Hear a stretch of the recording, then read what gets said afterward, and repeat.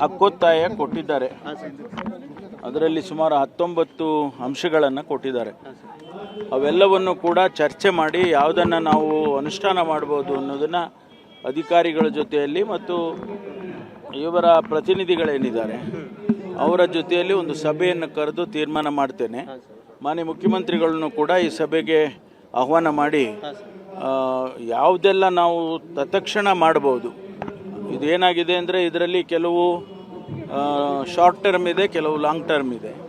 ಅದನ್ನು short term ಯಾವುದಿದೆ ಅದನ್ನು ನಾವು ಇಮಿಡಿಯೇಟಾಗಿ ಮಾಡ್ತಕ್ಕಂಥ ಕೆಲಸಗಳನ್ನು ಮಾಡ್ತೇವೆ. ಲಾಂಗ್ ಟರ್ಮ್ ಇರೋದು ಪಾಲಿಸಿ ಮ್ಯಾಟರ್ಸ್ ಅದನ್ನು ಚರ್ಚೆ ಮಾಡ್ತೀವಿ. ಅದಕ್ಕೆ ಕಾನೂನಿನ ಅವಶ್ಯಕತೆ ಇದೆಯಾ, ನಿಯಮಗಳ ಅವಶ್ಯಕತೆ ಇದೆಯಾ, ಅವೆಲ್ಲವನ್ನು ಕೂಡ ಪರಿಶೀಲನೆ ಮಾಡಿ ಕ್ರಮ ತಗೊಳ್ಳಿ. ಸರ್ಕಾರಕ್ಕೆ ಇವತ್ತು 1 ತಿಂಗಳಾಗಿದೆ, ಸಾಕಷ್ಟು ಕೆಲಸಗಳನ್ನು ಮಾಡಿದೆ, ಮುಂದೆ ಸಾಕಷ್ಟು ಸವಾಲಿದೆ, ಅದನ್ನು ಹೇಗೆ? ಸವಾಲನ್ನು ಸ್ವೀಕಾರ ಮಾಡ್ತೀವಿ. ಯಾಕೆಂದರೆ ನಾವು ಇದು ಮುಂದುವರಿದ ಸರ್ಕಾರ, ಇದೇನು ಹೊಸ ಸರ್ಕಾರ, ಹೊಸ ಮುಖ್ಯಮಂತ್ರಿ ಇರ್ಬೋದಷ್ಟೇ. ಆದರೆ ಸರ್ಕಾರ ಕಾಂಗ್ರೆಸ್ ಪಕ್ಷದ ಸರ್ಕಾರ, ಇದು ಮುಂದುವರೆದಿರ್ತಕ್ಕಂಥ ಸರ್ಕಾರ. ಹಾಗಾಗಿ ಹೊಸ ಚಿಂತನೆಗಳು, ಆಲೋಚನೆಗಳು ಕೂಡ ಇದ್ದಾವೆ.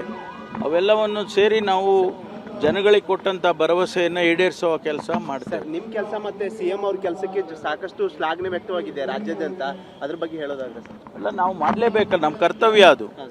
ಜನಗಳಿಗೆ ನಾವು ಏನು ಒಂದು ಒಳ್ಳೆಯ ಆಡಳಿತವನ್ನು, ಪ್ರಗತಿಪರವಾದ ಆಡಳಿತ ಕೊಡ್ತೇವೆ ಅಂತ ಹೇಳಿದ್ದೇವಲ್ಲ, ಅದನ್ನು ಮುಂದುವರಿಸ್ತಾ ಇದ್ದೇವೆ.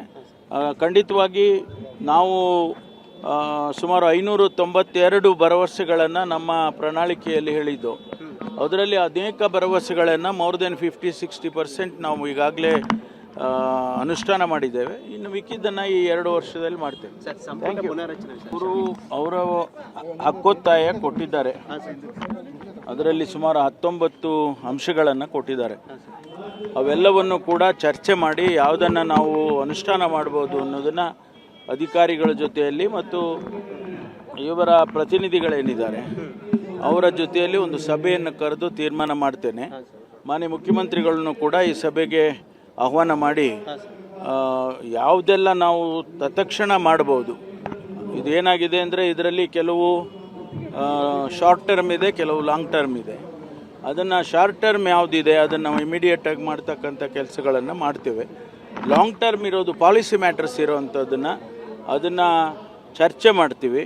ಅದಕ್ಕೆ ಕಾನೂನಿನ ಅವಶ್ಯಕತೆ ಇದೆಯಾ, ನಿಯಮಗಳ ಅವಶ್ಯಕತೆ ಇದೆಯಾ, ಅವೆಲ್ಲವನ್ನು ಕೂಡ ಪರಿಶೀಲನೆ ಮಾಡಿ ಕ್ರಮ ತಗೊಳ್ಳಿ. ಸರ್ಕಾರಕ್ಕೆ ಇವತ್ತು 1 ತಿಂಗಳಾಗಿದೆ, ಸಾಕಷ್ಟು ಕೆಲಸಗಳನ್ನು ಮಾಡಿದೆ, ಮುಂದೆ ಸಾಕಷ್ಟು ಸವಾಲಿದೆ, ಅದನ್ನು ಹೇಗೆ? ಸವಾಲನ್ನು ಸ್ವೀಕಾರ ಮಾಡ್ತೀವಿ. ಯಾಕೆಂದರೆ ನಾವು ಇದು ಮುಂದುವರಿದ ಸರ್ಕಾರ, ಇದೇನು ಹೊಸ ಸರ್ಕಾರ, ಹೊಸ ಮುಖ್ಯಮಂತ್ರಿ ಇರ್ಬೋದಷ್ಟೇ. ಆದರೆ ಸರ್ಕಾರ ಕಾಂಗ್ರೆಸ್ ಪಕ್ಷದ ಸರ್ಕಾರ, ಇದು ಮುಂದುವರೆದಿರ್ತಕ್ಕಂಥ ಸರ್ಕಾರ. ಹಾಗಾಗಿ ಹೊಸ ಚಿಂತನೆಗಳು, ಆಲೋಚನೆಗಳು ಕೂಡ ಇದ್ದಾವೆ.